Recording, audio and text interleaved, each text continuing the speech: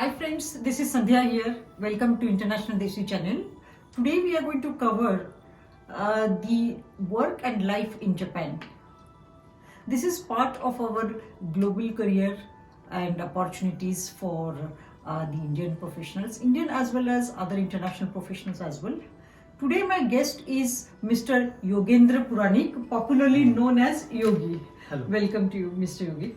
Thank you, Sandhya. And let me give you a brief background about him. Yogi-san has 2 decades of impeccable the corporate career. He worked in leading IT as well as banks, and that includes Infosys, Fujifilm, and Mizu Bank. His last designation at Mizu Bank was Vice President Operational Strategy. And after Mizu Bank, he has entered into public life and he's helping community as well as Indian living in Tokyo, also other part of Japan. And he is been working since last 5 years. In 2019, Yogi-san became first Indian origin assemblyman from Idugawa assembly, right? Yeah. Okay. And after that, he has been continuously working for the betterment of the community. And recently, he tried his luck for the Tokyo Metropolitan Assembly in 2021. Let's now start. Yogi-ji, this is the first time I'm covering about the Japan. We always looked up to Japan, and there was always a curiosity about the Japanese lifestyle, culture, and the quality. We always were of and the way we know the US life and career or UK life and career, that much information is not available in the public domain. Exactly. So many people are curious about whether to make a career in Japan or travel to Japan.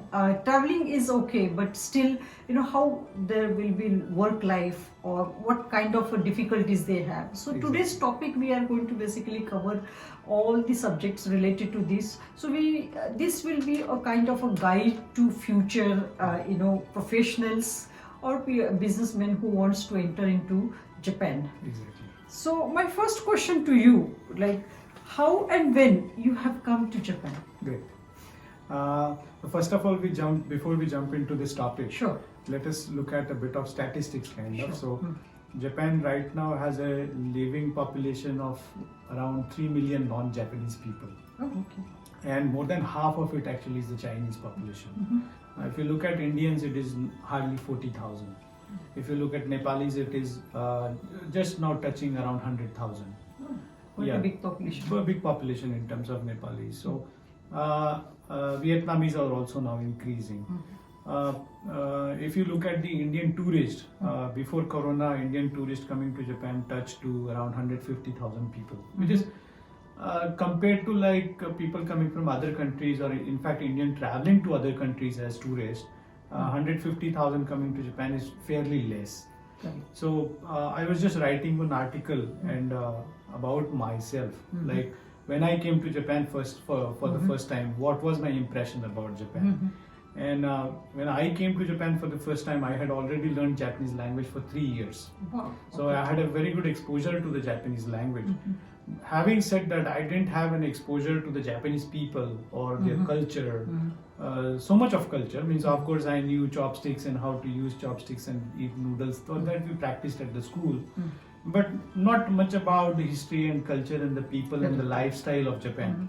So when I was trying to recollect, when I first came to Japan, my knowledge about India was limited to a Japanese person who acted in the commercial, the advertisement of Suzuki Samurai bike, and he would just go on saying no problem, no problem, no problem, and then he causes a problem.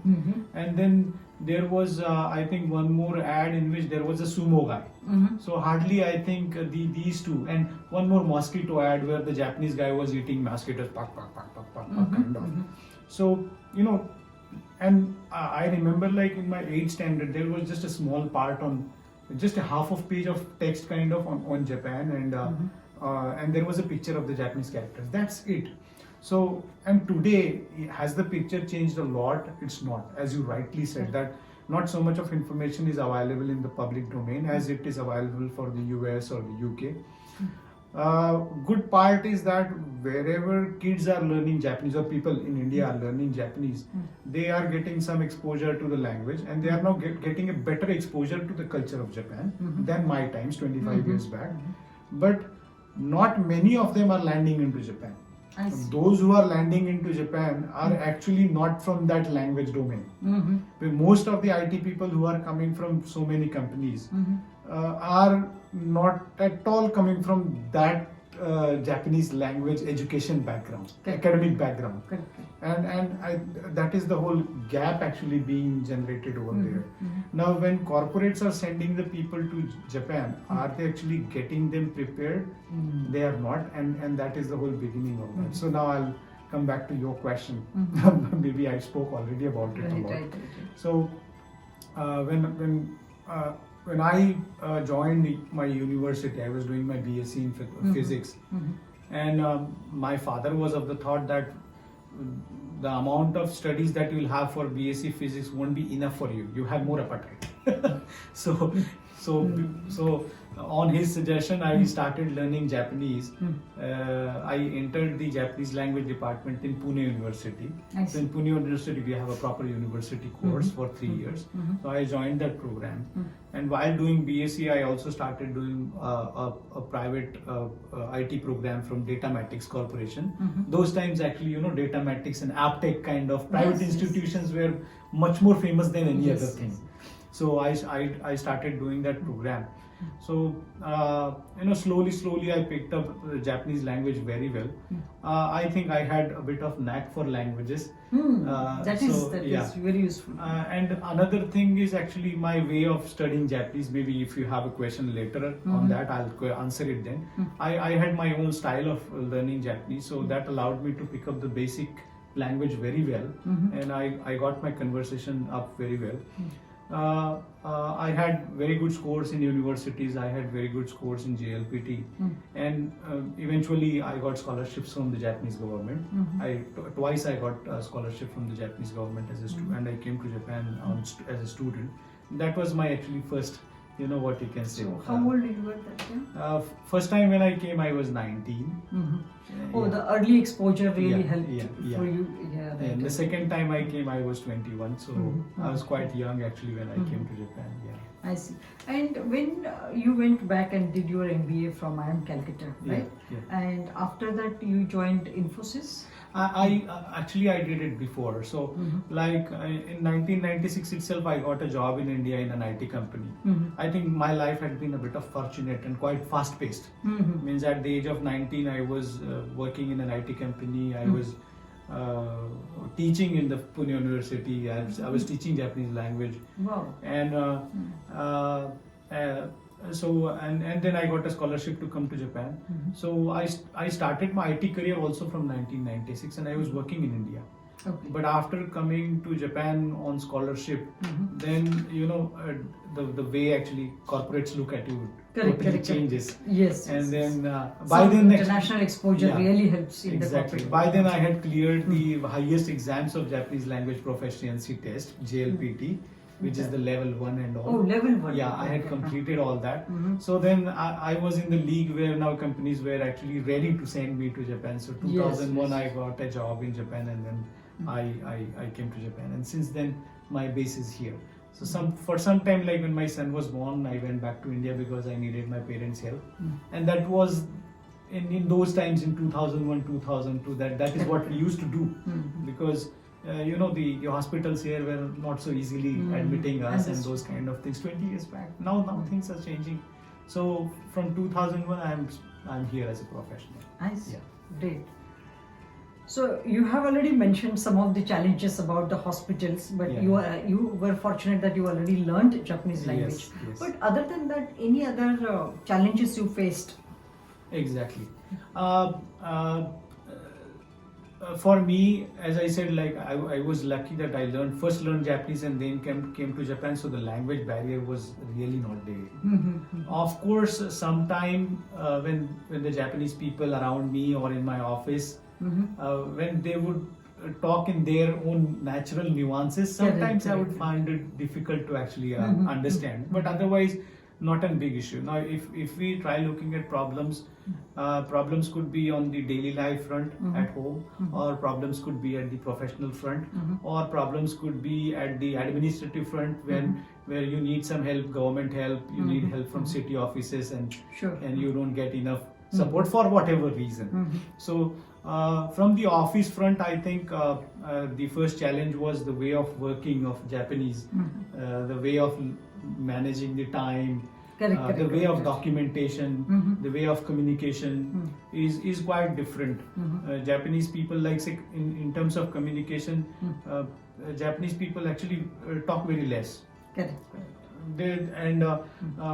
Well, since I was in the software industry, actually that is the weaker part of the Japanese people. Like when they want us to develop a software, they are not able to tell the whole story. I see. What exactly they want. The problem is actually they also many a times don't know what exactly is the end thing they want.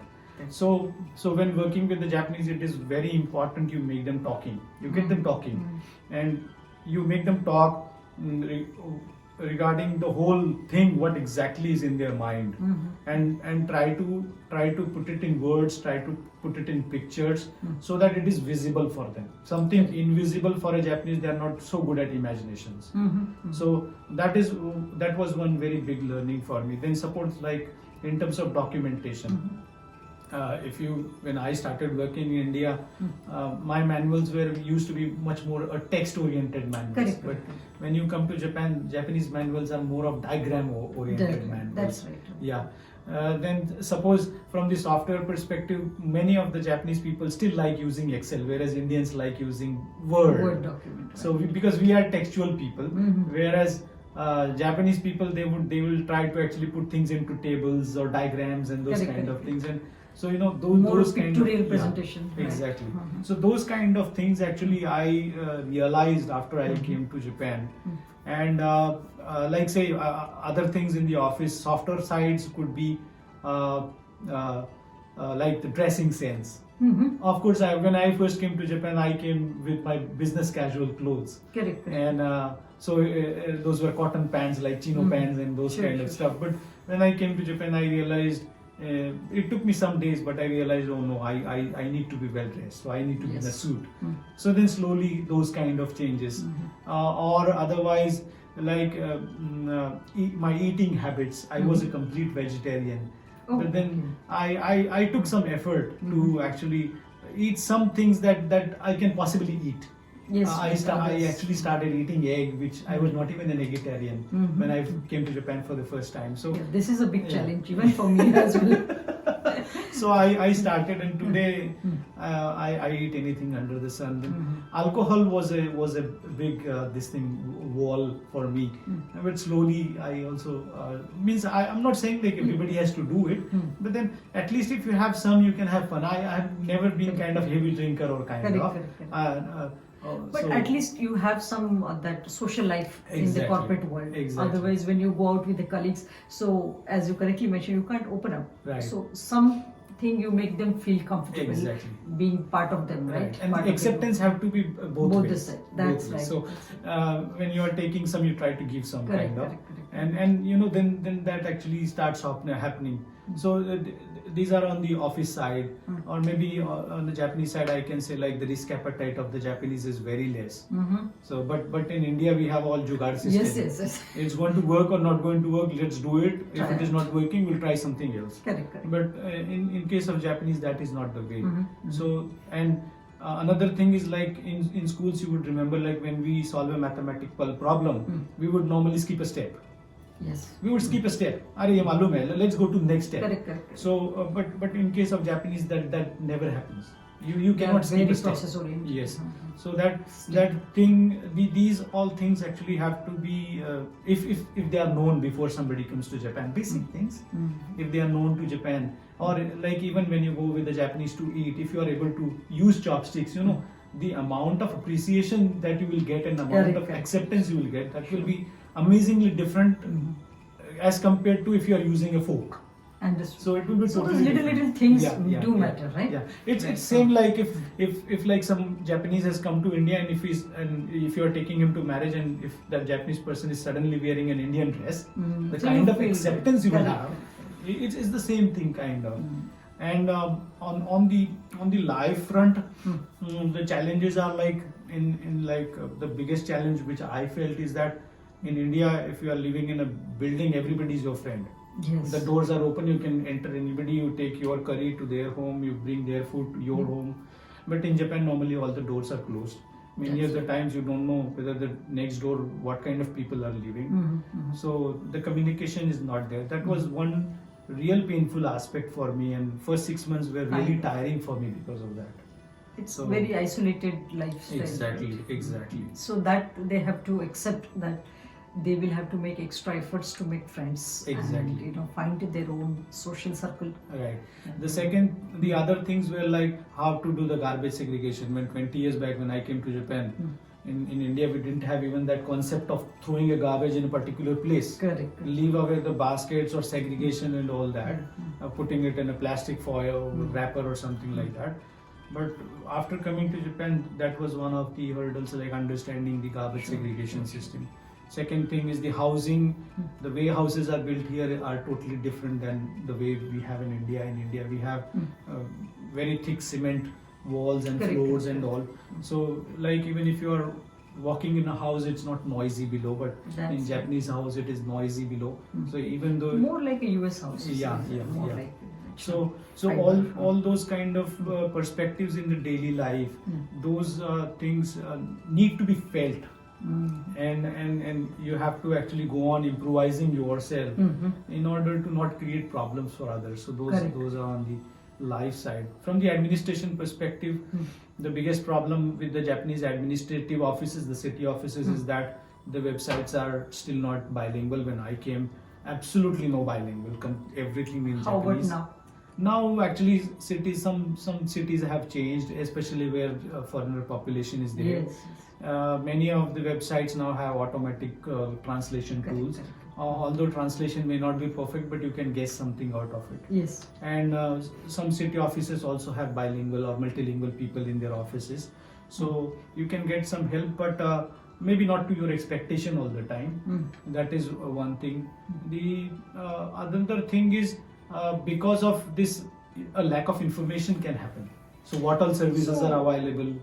Is there any, because of this language and cultural barrier and Yeah. not having information, there must be a lot of conflict and confusion in the daily life. So how much stress it basically increases in the initial stage? Yes, initial stage it was a stress. In fact, honestly speaking, after my first assignment in Japan, after 6 months, I opted to go back to India because I really wanted a change.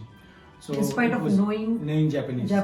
and Excellent knowing Japanese. Right. So imagine the one who don't have the Japanese Exactly. proficiency. Yeah, yeah. They must be having Quite double a the trouble. stress. Yeah. Yes. I can give you an example. Like one Indian young guy, 25 or so. He had gone to US for an assignment. He finished it, and then he came to Japan for an assignment. And then after 3 months, he told his company, "I want to go back to India." The reason was, he said, "I cannot stay without talking on phone on a train. Okay. And that is just not allowed. Why can't we talk on a train in a phone, on a phone in a train?" Kind Yes, of. yes. So that was like a pathetic thing for him.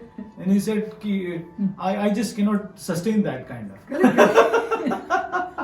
People have all weird ideas. Yeah. I know reasons for yes.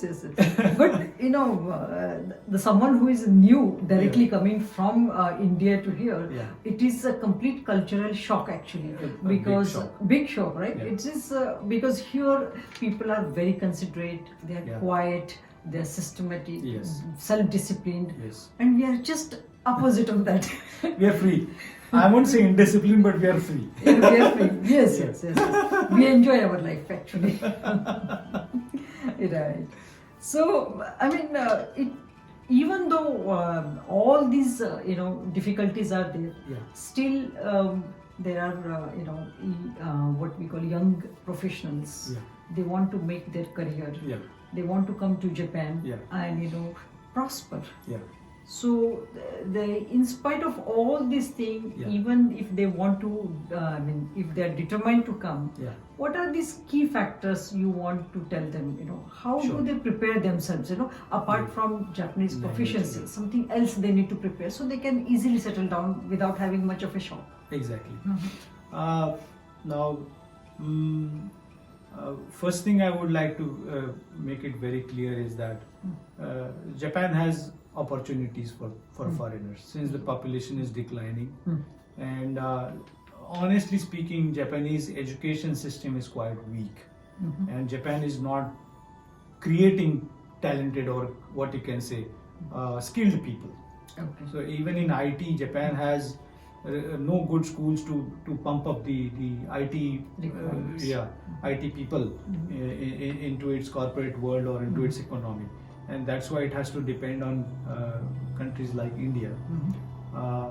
So there are opportunities, and when we talk about opportunities, it is opportunities in IT. Also, there are opportunities in the skilled areas where it Like- could be a welder. Oh, okay. It could be a construction engineer or a construction, what you can say, labor, or even in agricultural field there are opportunities, or health This areas. is new too, actually. Yeah, A health lot of areas. people don't know about these opportunities exist in Japan. Right. So these opportunities are there, and in India it is not known so much, or in India we have not worked on it in an organized manner. In India we have Japanese language schools which are really doing good. Particularly big hubs are there in Delhi, Mumbai, or Bangalore, Chennai. These are major hubs. Some new hubs are coming up in Indore or in the northeast. But we are still limited only to Japanese language. So for last couple of years I have been continuously telling that now we have to graduate. We have to graduate in the sense it is not just about language, but we have to make it a combination of language plus skill. As Language plus skills. yeah. Okay. And so even just as I said, like even in case of IT, more than 90% of IT guys who come to Japan, they are actually they are not prepared with the language skill. Oh, yes. So yes, yeah. yes. So the combination of Japanese language plus skill, both in high skills as well as the labor level thing, is not actually being taken care by India as in an organized way. Whatever happening is in a very highly uninstitutionalized or inorganized way, and that's why India has not been able to actually take a pie out of it. The major beneficiaries of this need of Japan has been China or Vietnam. So I think if India works on it in a better fashion or a coordinated fashion. So you want to consider them like giving them knowledge as well as a skill. But apart from that, what other things they should have? Right. See, in India now we have so many IT schools. Correct. So within IT schools, actually, some companies they really need IT high tech people. Correct. So those will be done by the IIT guys, right? So I think IIT and IITs should pick up a few people who also have liking towards language, or might want to go to Japan. They already have a Japan focus. So in IITs, maybe we can start Japanese language programs for a group of say 10 This is people, a good 20 idea. In people. fact, it's not only Japanese, they can Yeah. introduce other languages, as well, so that exactly. they can pick Exactly. up whichever the Exactly. language they like, Right. and wherever they Right. want to Right. basically move forward Exactly. in the future. In the same way, we can actually go another step down, because not really high tech, but maybe the professional level where people like me are working in the IT industry, in the normal engineering colleges or the diploma colleges. We can have again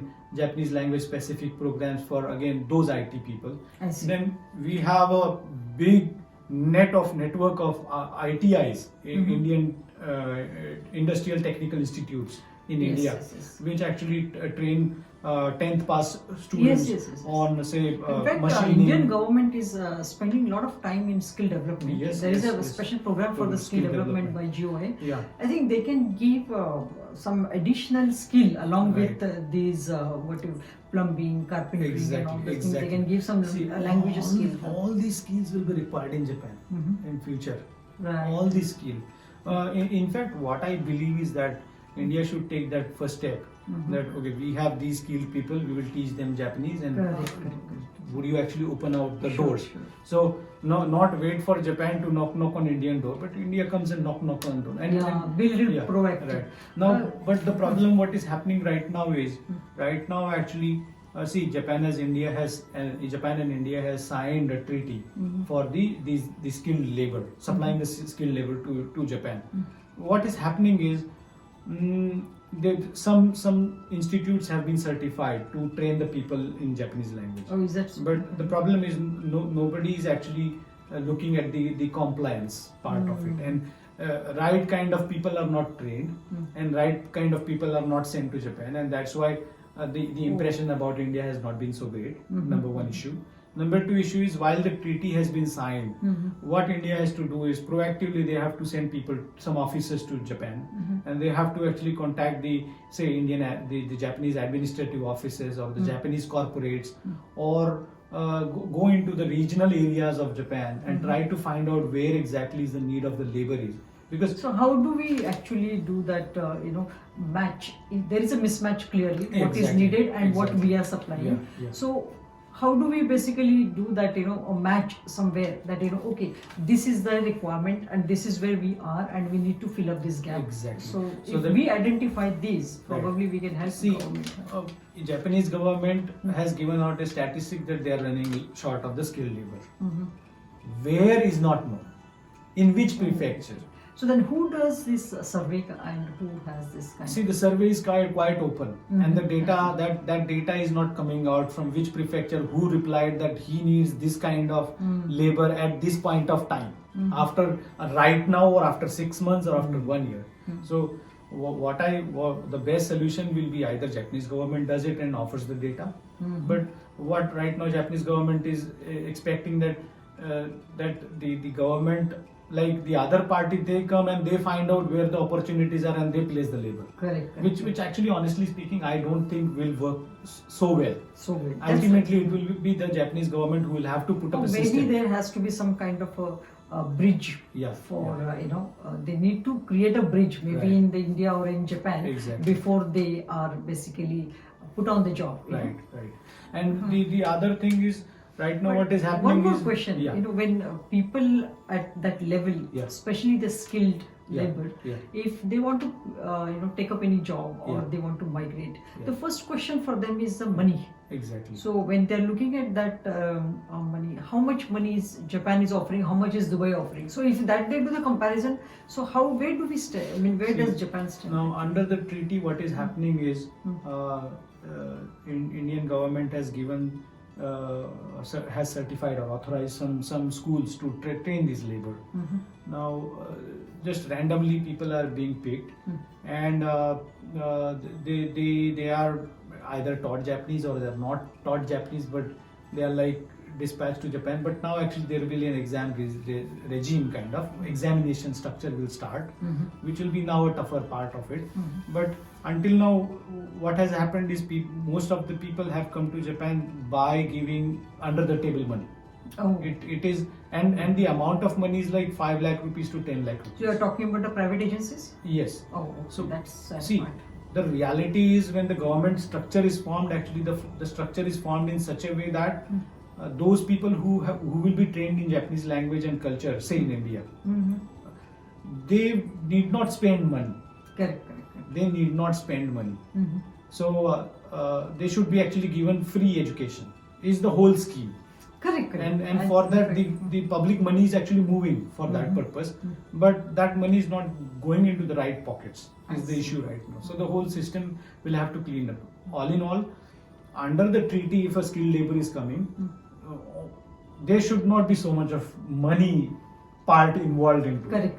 Correct. Because it is coming under the treaty and under the whole government scheme of Correct. things. There has to be some kind of what we call a facilitator, right. A government authorized facilitator, Exactly. somebody like Exactly. who can facilitate them from that proper migration from one place to point A Right, to point right, B, right. and apart from giving the skill, they also complete that all the paperwork and the Right, process, right, and right. to ensure that this side also they are settled down Exactly. well. So now, until now we were talking about the skill part. If you're part of it, if you come back to again the IT part of it, then you have so many Indian companies in Japan. Correct. Then you have so many, a bit of foreign-oriented Japanese companies in Japan. What do you mean by foreign oriented? It could be like say Rakuten, or it could be like say now Hitachi and NTT Data are recruiting Right. foreigners Oh, they're directly. So multinationals, as you can say. And the third thing are the so many international recruiters who are in Japan. That's right. So these are the three main avenues where the IT guys, if they feel like they have the IT skill, they have the language skill, they know a bit of culture, and they're confident they can work well in Japan, and they can they can start applying to these Sure. companies. There are many opportunities right now. Then Japanese language becomes a big barrier. Actually. Yes, This is yes. what I have seen. Without the language, they don't want to basically touch the resume also. There are few opportunities, very few, where maybe language will not be a barrier, but I think very few. But it may not be barrier from the professional perspective, but the moment you start living in this country, language is a requirement. That's right. For whatever purpose. Yes, Then yes. one more thing I would like to talk about is beyond this area, like there is also requirement of international teachers in Japan. So Yes. so many English actually teachers you're talking about? English teachers plus subject teachers also. In many international schools they need subject teachers also. Then the another gateway coming to Japan is for the students. When I came to Japan as a scholarship students in India, hardly even 10 people would get scholarship to Yes, Japan. yes. But today now it has gone to hundreds. 100. Yeah, hundreds of Which students. area they are? Whatever, many areas actually. Many So areas. there are mixed scholarships. Tokyo University, Kyoto University. Many universities Many to choose universities from. again. Yeah, Oh, okay. Tokyo, Kyoto is just the cream level of it, but Correct. there are many universities across Japan. So you have to. There's a JASO site, JSSO, and it has a lot of the whole information about Information scholarships to Japan and how to come to Japan. But how easy or difficult it is to get the scholarship? My take is not so difficult. Not Now, difficult, the amount of people who are trying for it is also less. Oh, okay. As compared to other competitive Correct, exams, or correct, as compared to correct. people who are trying for scholarships So what to kind of US or exams UK. they give for these scholarships? Any exams? As I have seen, there is also an EJU exam. Now, if you are coming for an undergrad, then there is an entrance for Japanese universities, EJU Actually, exam is EJU. there, and I think it's English, it's general law, general what you say, information kind of, and then reasoning and logical kind of Analytical. thing. Yeah. And that is one avenue to it. And if it is a graduate program, means after passing your bachelor's program, then you have to contact your professors directly, and then you have to send your short thesis. So go to the websites, find out which professor to contact, your specialized area, communicate to them what exactly you want to research in, what research you have already done, and if the professor likes, actually they call to you. One area that has not worked so much well in Japan, as I hear from people, is the medical industry. Wow. Because Japanese medical industry is quite closed, and they have not allowed non-Japanese people to enter this field so much. The language barrier is exceptionally high for this field, because ultimately you have to actually, you are touching the lives of the people. Right. So that area is very high. So some of the MBBS people who are in India, because of marriage or because of whatever, they came here as a spouse, they are always complaining that they are not getting what they should be getting as to their. So do they have any special exam, like in USA they have a USMLE kind of a thing? Yeah. So they also have some entrance exam Yeah. before they are qualified or allowed to practice? Yes. Okay. So after they finish their program, then there are actually exams for the doctors. They have So to how take many this, years of this program is there? uh, For medical? Medical, local, I think 6 years. 6 years. Yeah, 5 or It's 6 like years. redoing the whole thing. Yeah, but no. If you are coming from India, if you are an MBBS already there, you don't need to go through the whole program again. Okay. So That's you have to learn Japanese and you should be able to answer the test. Yeah. I see. Yeah. So that's it. But the level of language is so high that people simply don't go to that level. Recently, I came to know actually two people. Those are Westerners, and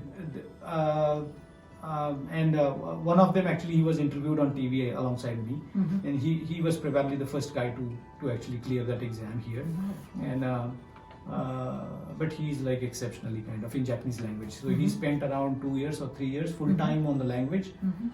Pick up the language to whatever greatest height he can, maybe better language than me, and he cleared it and he became a normal doctor. So now he is in the countryside and he runs his own clinic kind of.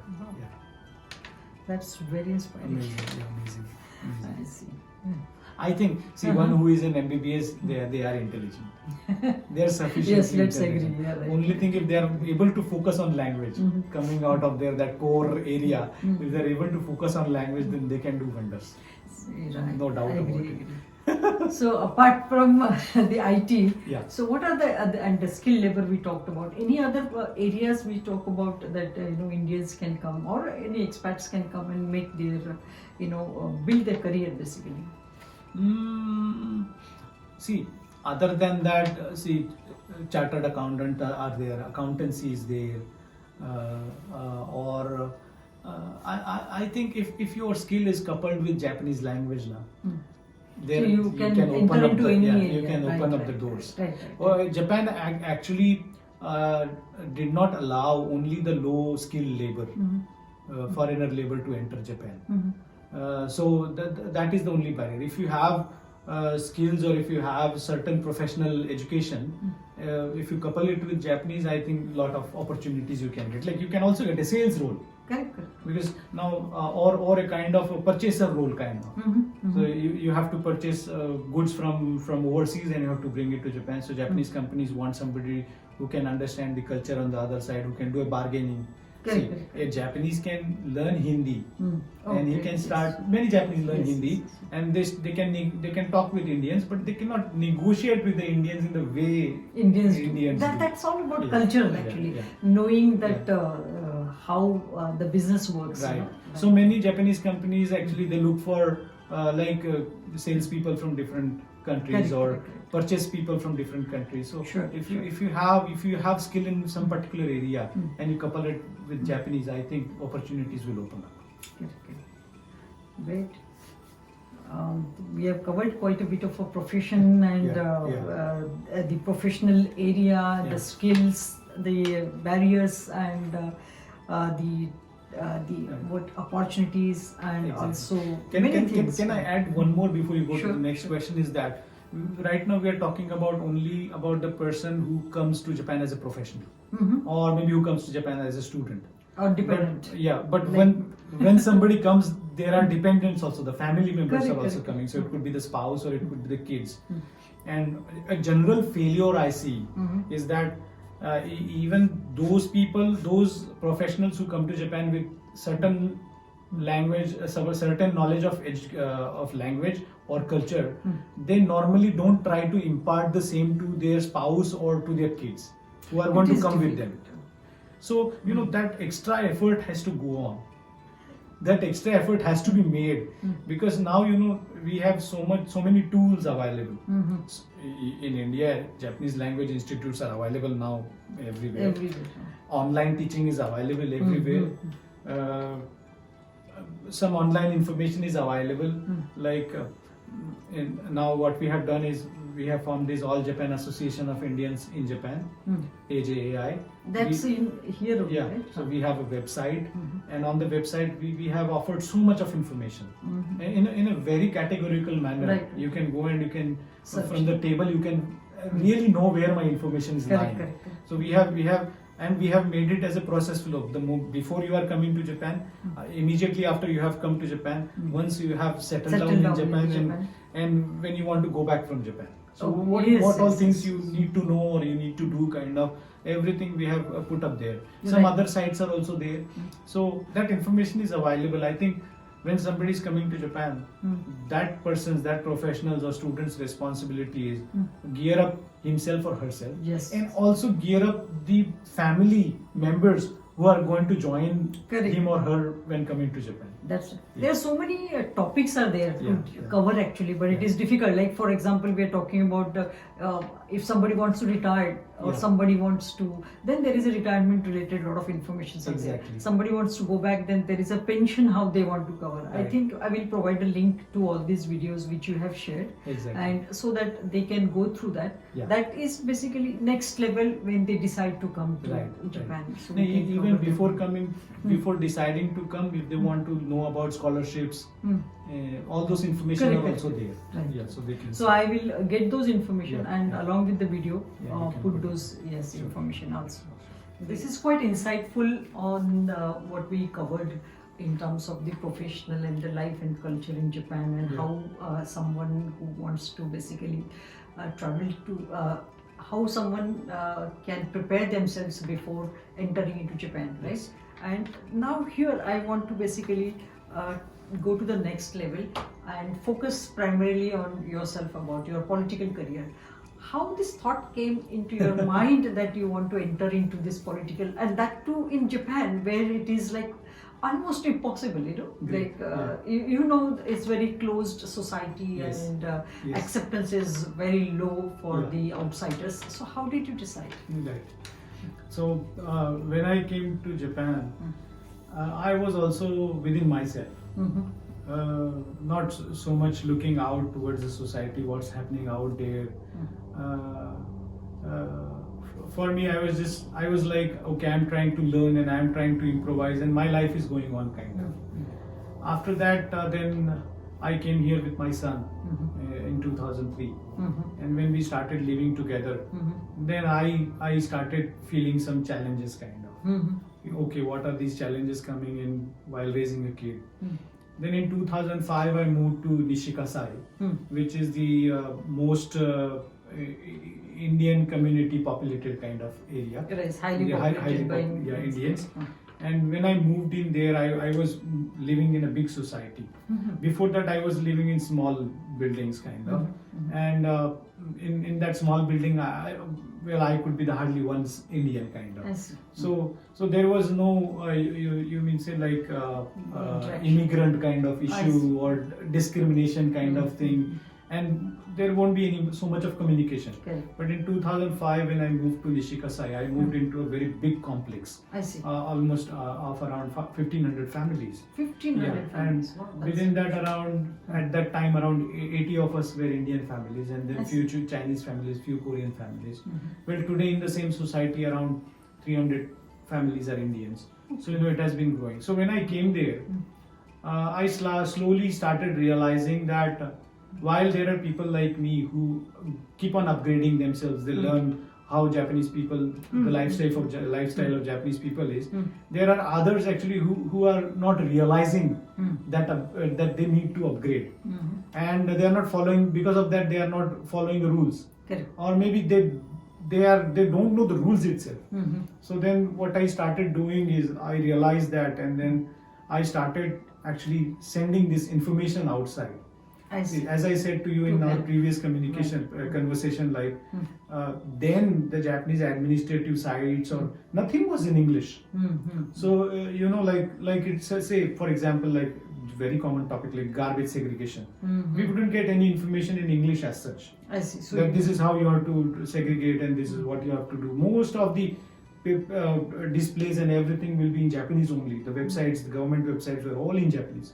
So then I realized that, and then I started translating the information and sending across the information to the community. Even in my complex, my society where we were 1,500 families, there we had a resident committee, local resident committee. So I told to the resident committee that we need to actually put up things into English as well.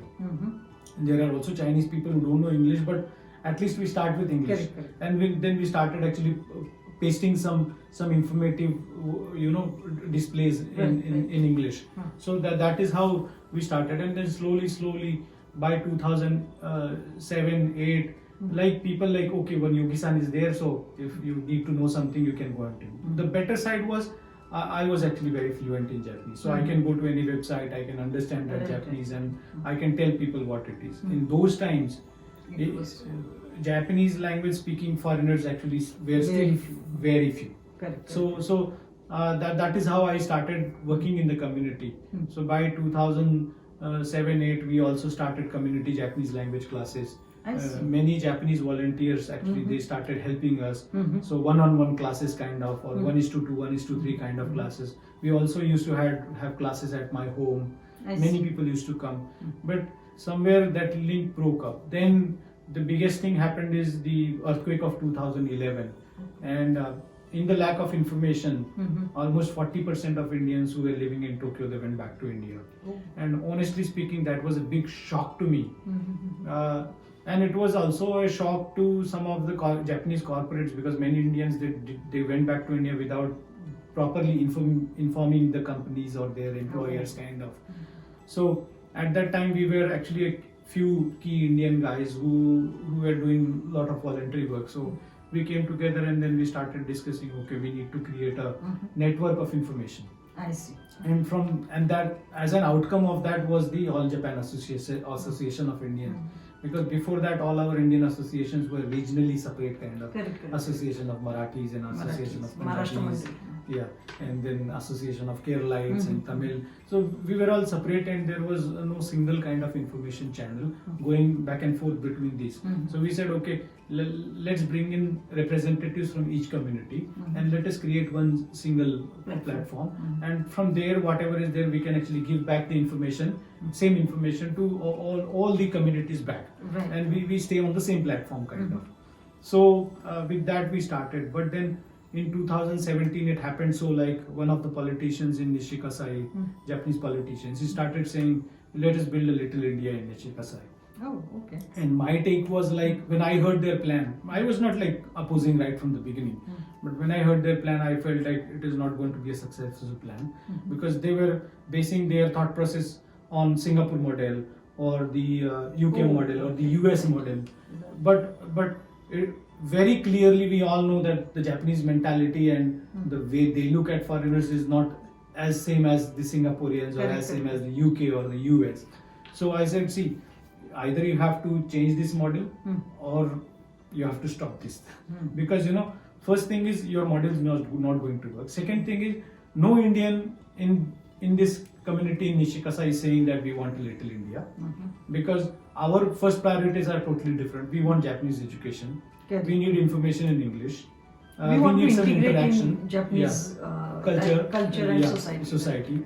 So those are our priorities, and I'm not sure while you are trying to create this project, I'm not sure for whom you are creating this project and whose idea is this to build the whole little India. So then that discussion actually fairly went into a tangential direction, and we couldn't come into the right terms. And then I realized that maybe this is the time I need to go into the public side of things and speak out publicly. And at the same time, I need to let the people in the public offices know what exactly is the immigrant community expecting out of them. Correct. And not just immigrant community, but what exactly are the Japanese expecting out of us? Because both ways. Yeah, because by then, since 2005 to 2019, when I jumped into elections, for those 14 years I was living in the same place in Nishikasai. Correct. And I have had an interaction with at least 2,000-3,000 Japanese people who apparently voted for me, and I knew what was in their mind and how they wanted to do an integration with the immigrants, but there was no opportunity being created for them. Some one-off Diwali festival can happen once a year, but that is not the ultimate solution. You have to actually create an interaction model that will go on, and that model even today Japan has not successfully built, and it can be built only through an initiative from the public office. It cannot be built on a scale that is required today by individuals or by NGOs. It will not happen. So the public office has to know, and that was the message actually I wanted to give, and to some extent the message is going ahead, but the bigger action is yet to start. Correct. But it is interesting because what I see is that most of your voters, Yeah. who is going to be actually local. Local, yes. Because Indians hardly have a Japanese passport. You Yes, know? yes. I mean, they have, but Yeah. numbers are very few. Yes. And in this case, you have to actually cross over to their side Yes. and understand their requirement Yeah. and build that faith that Yes. you are the person who can support and actually do good for the community. Exactly. It must be very difficult and challenging. No? It was challenging, in fact, when I first stepped into the election. Our guess was that I'm going to lose it. But then we have to start building the blocks so that in the next election, actually, we can come victorious. We can come out victorious. But fortunately, the message that I was trying to give across, I think it reached the people quite well. And people actually supported me in a very large number. Then almost double the votes that was actually required to clear the elections. I see. So, so from that perspective, so I was actually one of the topmost vote gainer from the elections, and that also helped me to get a lot of respect and a lot of weight in my voice in the assembly as well. That is needed quite Yeah. a bit. Now, when I went into the assembly, I can 100% tell you, I realized that they don't have any idea about how to go about this immigrant population, or how to go about the diversity in the society, or how to go about the, say, Japanese language education. They don't even understand that the kids of the immigrants, they are undergoing educational issues. Yes. Many of the kids are actually undereducated because they are not getting the right educational opportunities, or because they have linguistic barriers. Many kids are not. I'm not just talking about Indians. If you go to, if you see other communities like Nepalis and Chinese, so many kids don't even go to school because of language issues, because of the family issues, so many things, and nobody is looking at them. So isn't that compulsory in Japan that all the kids should go to school? Yeah, but these schools are not actually listed on the Japanese that list. I So see. nobody was looking for it. Only in 2000. So how do they handle then in that case the education? Only in 2019, when a newspaper called as Mainichi Shimbun, it's a national daily newspaper, they made a cry out of it that there are around 20,000 non-Japanese kids in Japan who are not getting education opportunities. The compulsory education they are not getting. And then the Japanese government started an investigation. But I was in public office then, and I saw how that investigation was being handled. Output was not like 20,000, but there were thousands of kids actually who were not really going to the school. Then all these kids were actually brought onto the list. Their parents were contacted, why the kids are not going to school, what can be done, kind of. And the situation has improved, but the solution is not 100% yet. But at least some kids started going to Yeah, school. yeah, they did. They did. That's quite Yeah. good. One problem behind that was, until few years back, until 2014, July to be precise, the Japanese and Indian registration system, the citizen registration system, it was totally different. What do you It was on two total different systems. And this compulsory education and many of the things were not actually applied here. I see. After 2015, now a partial data integration has been done. So now the data has come together. But even now, like your residential tax or many of the things are still on two separate systems. Yes, I remember we got a letter Yeah. from Chu City office Yeah. saying that why your son is not going to school, Yeah. because he's registered here as a resident. And he's going to an international school. He's going to international school Yeah. in India for Yeah. a time being, because in a Yeah. boarding school. Yeah. So then we had to give them explanation Right. what exactly happened, because we tried for international school here, and then he opted for boarding school. And that This would has have happened in 2000 end or 2019 end or 2020 No. beginning maybe. 2028. Yeah. That's right. Yeah. So only after that Mainichi Daily, actually they made news out of it. Only after that the government started moving, and that's why you got the letter. Otherwise, until then, nobody was even caring. I see. And you know, that is the whole problem about Japan, because we are the first generation who have come to Japan, and we are trying to become a part of this ecosystem. And if our next generation is not able to become a part of this ecosystem, What Very is the difficult. point? Correct. What is the point? Because then you can't retire here, or maybe you can't see the future here. Yeah. Because So- you have to move. The point is Japan needs people. Correct. And if they are not able to actually keep our second generation here and just look for new people, how They are is more it going losing to out. work for Japan? In They fact, are it is more losing out. difficult Yeah. because what happened, the person who's already lived here, Yeah. easy for them to integrate in the Exactly, society exactly. rather than bringing the new people, Exactly. because they already know that Yeah. Japan, their lifestyle, at the most they can put a little more effort and learn But the the language. loss has already happened. My son is so fluent in Japanese. Oh, He is now used to the life cycle here. He can eat anything that a Japanese eats, and he understands how they behave, how they. But then, when my son used to go to the public school in Japan, and then he was abused by the teacher there. So then we decided to send him to UK for education. And now in his mind he feels like it's better he works in UK. So for as I see, I think Japan has lost one person who was going to be in this nation. Yes. And that too, like person who is already well settled, Yes. and Yes. then he could have been easily integrated into society and contributed towards Yes, nation. yes. That's sad. I think, understood the points. Yeah. Thank you. And what is your way forward now? What do you want to do now? You have come from this, and then I'm sure you want to Yeah. continue in the public Yeah. life. Yeah. And how would you like to go ahead now? Okay. So just recently, as you were stating, I ran for the state elections and I Is lost that by a small equivalent to margin. MLA in India? Yes. I see. Yeah. Okay. So I lost. That's a big. I lost by a smaller margin. Oh. Yeah, and Sad.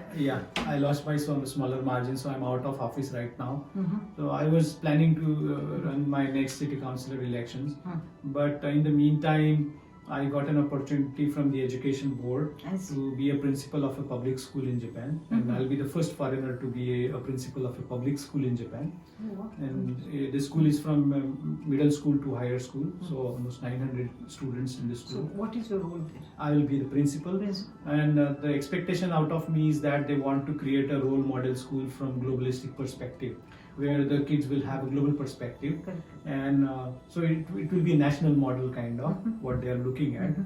And so I'm right now thinking that I'll work on this as a principal on this project for 4 years or so, and then I'll come back to the political side of things.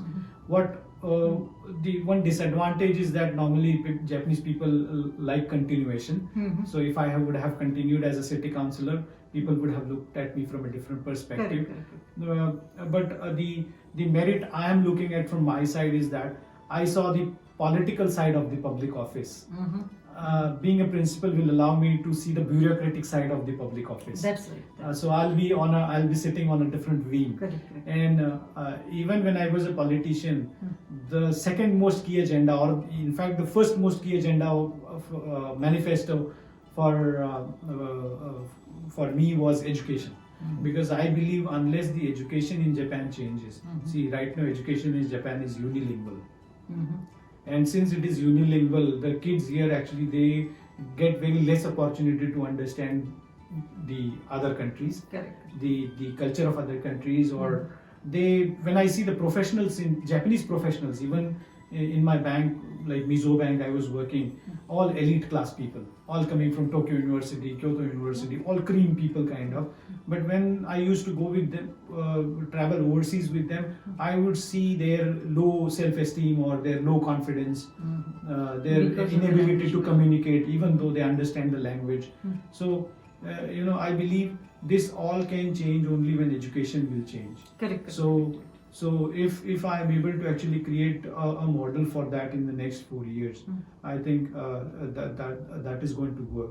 Correct. And once getting opportunity to see the bureaucratic side of things, how things are working on that side, what is the overall thought process about, say, political side of things, Correct. I think that will give me a better picture to work bigger as a So, politician. The 4 years you will be dedicating to yourself to that role, Principal, and then yeah. again you will come back to the political side. Right now I'm thinking like that. So is it like again going back to the city council, or again you are going to rerun for this? I will try it.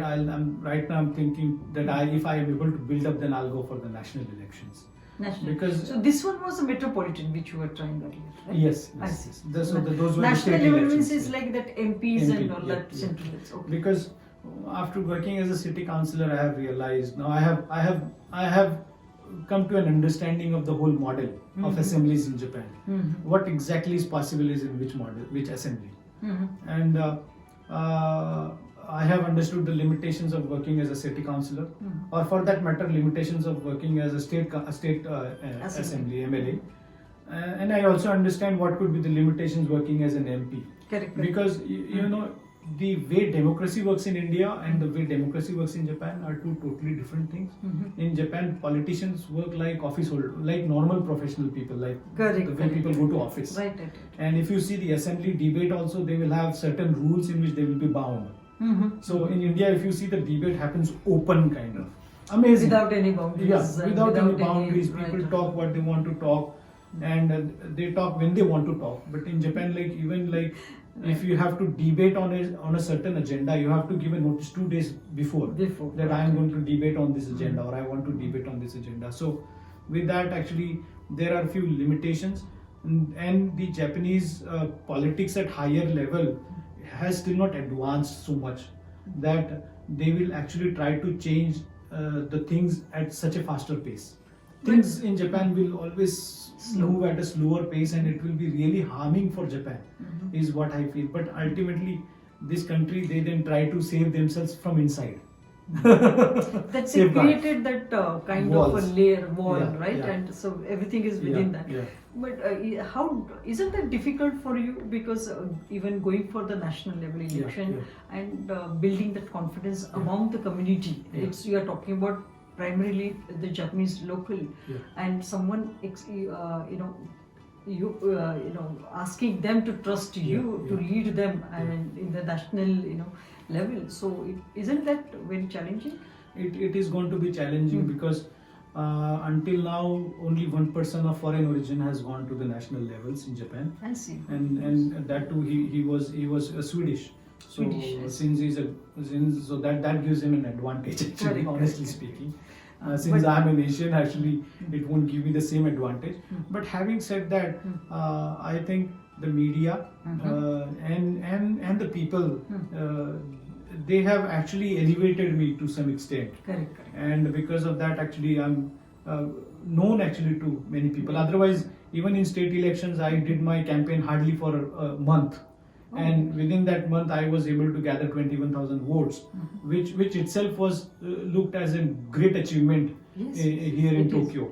Because Tokyo is actually one of the most discriminating state, honestly speaking. Although it is a metropolitan, but it is not. People are supposed to be open. Okay. So all in all, as I go through this cycle of principle of 4 years, I will see how I can build up. So either I can, after that, I can either build up on the political side, come back to political side and build up there, or I can otherwise build up on the bureaucratic side. Why So not you become a can- governor? Oh yes. Why not? Yes, So that is also that one is line also of an thought. option. Yeah, Right. Great. So all the best for your future endeavors. Yeah, sure. And I really wish to see a big, Yogi-san's face in the national political arena. Yes. Thank you for your time. I should say thank you, Sandhya-san. Thank you. Thank you for coming all the way for this My interview. pleasure. Thank you. And as an end note, I would like to say to the people, like when we are actually in a foreign land, ultimately we will have to all come together Correct. and help each other. Yes. Only then actually life will be better. Yes. If we are just within ourselves, we realize that we need people only when we are in problem. Very true. And I see that as a very general thing happening in the community. So I would like to shout out to the community that we all need to come together. Yes. That's right. It is in terms of information sharing, in terms of some action happening. Correct. Both we will have to come together. Sure. Yeah. Agree. Totally agree. Thank you again. Thank you so much.